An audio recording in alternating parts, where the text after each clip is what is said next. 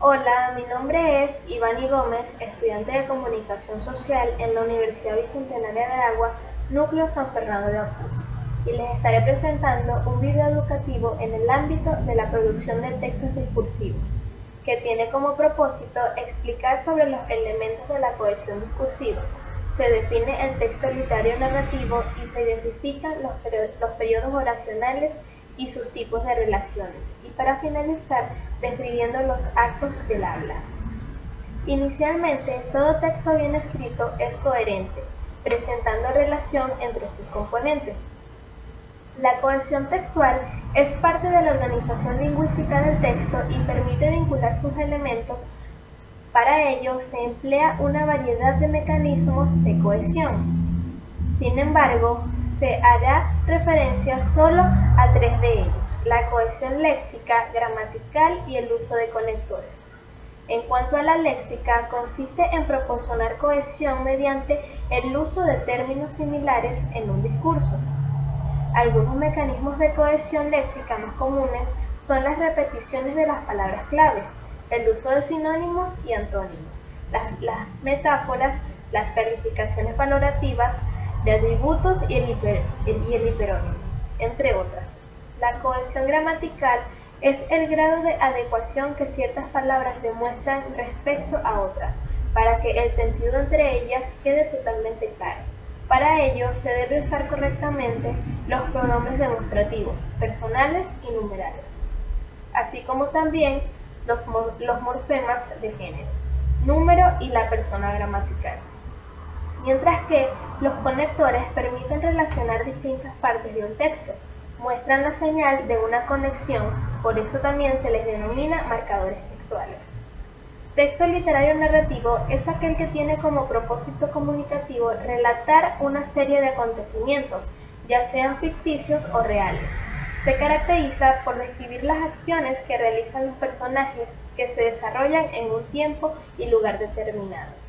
En estos textos, cada autor tiene un estilo definido. Sin embargo, es común que presenten una estructura conformada por la introducción, en donde se presenta la situación inicial, los personajes y el ambiente donde se desarrolla la historia.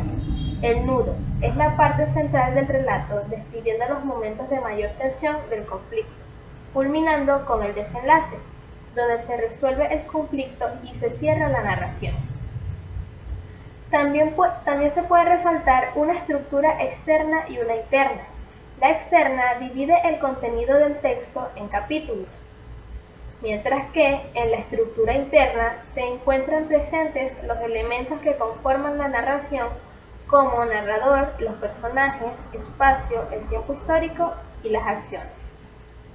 Los periodos oracionales son unidades gramaticales que están formadas por una o varias oraciones que conforman un todo coherente y con sentido completo. Los tipos de relaciones que se pueden establecer entre dos o más oraciones en un texto ocurren sin conjunciones y con conjunciones. Las relaciones oracionales sin conjunciones se producen por yuxtaposición, donde se utilizan nexos, mientras que las relaciones con conjunciones ocurren por coordinación al usar coordinantes copulativos, disyuntivos, adversivos, explicativos. Ahora bien, se establece un nexo por subordinación cuando una oración depende de otra principal, al relacionarse por el uso de sustantivos, adjetivos o adverbios. Cabe destacar que los actos de habla son las intenciones que tenemos al comunicarnos por medio del lenguaje en un contexto, como ofrecer o solicitar información, entre otros. El acto del habla consta de tres niveles elementales. Acto locutivo, que consiste en decir algo, es el hecho simple de hablar. En el nivel ilocutivo se refiere al propósito que el hablante tiene al comunicarse con su discurso. Por su parte, el acto perlocutivo comprende los efectos que el discurso del hablante tiene sobre el receptor. De igual modo, los actos del habla se dividen en dos tipos, actos directos e indirectos. Los actos del habla directo son aquellos en los que el hablante expresa directamente su intención con respecto al mensaje que quiere transmitir al receptor.